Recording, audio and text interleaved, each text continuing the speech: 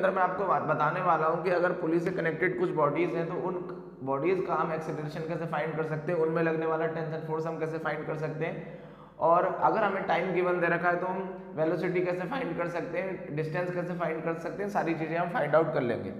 ये हमारे पास दो बॉडीज हैं। पहला बॉडी हमारी ये पुली है, पुली से कनेक्टेड दो बॉडीज हैं। पहली बॉडी का मास 10 kg है, दूसरी बॉडी का मास कितना है 12 kg।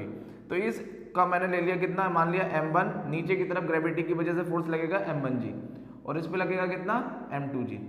हमने देखा मास 2 क्या है, ज़्यादा है, मास 1 कम है, तो टेंशन फोर्स हमें पता किधर लगता है, इधर भी हम देखते हैं उसके अपोजिट डायरेक्शन में लगता है, इधर भी कितना लगेगा अपोजिट डायरेक्शन में। टेंशन फोर्स T लग रहा है और यहाँ भी टेंशन फोर्स कितना लग रहा है, T लग रहा है।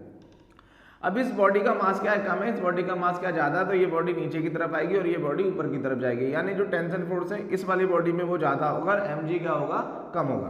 तो इसकी मैं इक्वेशन बनाऊँ तो कितना T पॉजिटिव आएगा, माइनस का कितना mg और नेट फोर्स कितना लगेगा इसके ऊपर F। तो T mg इक्वल टू कितना, और किस एक्सेलरेशन से ऊपर जाएगी बॉडी, m1 a एक्सेलरेशन से। इसको मान लिया मैंने इक्वेशन 1।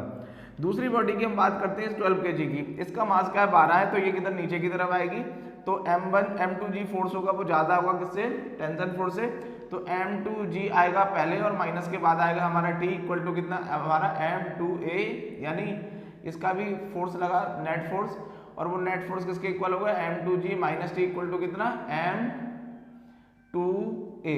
ये मान लिया हमने इक्वेशन सेकंड। अब इन दोनों इक्वेशन को हम ऐड करेंगे और हम एक्सेलरेशन को फाइंड आउट करेंगे। तो दोनों इक्वेशन को ऐड कर लेते हैं, एडिंग इक्वेशन 1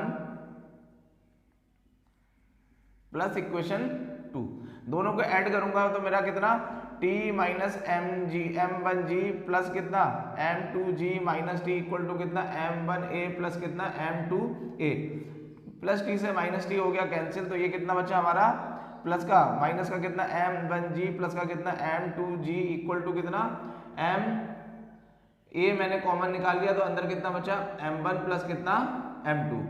अब मैं वैल्यू पुट कर रहा हूं तो कितना, m1 की वैल्यू कितनी है मेरी, माइनस का 10 इंटू कितना g भी मैं कॉमन निकाल लेता हूं, तो माइनस का m1 प्लस कितना m2, मैंने g निकाल लिया बाहर, इधर कितना मेरा एक्सेलरेशन बाहर चल रहा है, ये कितना m1 प्लस कितना m2, तो एक्सेलरेशन कितना मुझे मिलेगा, माइनस का प्लस का m2 माइनस का कितना m1 अपॉन m1 प्लस कितना m2 इंटू कितना g। वैल्यू पुट कर देते हैं, m2 कितना है हमारा 12, m1 कितना है हमारा 10, और ये कितना है हमारा 10 और प्लस कितना 12 इंटू जी कितना 9.8। इसको सॉल्व करेंगे आगे, तो आगे इसको सॉल्व करेंगे तो 12 में से 10 गया 2 बचा, 12 10 22 इंटू कितना ये हमारा चल रहा है 9.8, इसको इससे काटेंगे तो 9.8 डिवाइडेड बाई 11 और ये कटेगा तो 0.89 मीटर पर सेकंड स्क्वायर। ये आ गया हमारा एक्सीलरेशन। अब इस एक्सीलरेशन की हेल्प से अगर हमें टेंशन फोर्स लगाना है तो किसी भी क्वेश्चन में मैं एक्सीलरेशन की वैल्यू पुट करूंगा और टेंशन फोर्स निकाल दूंगा।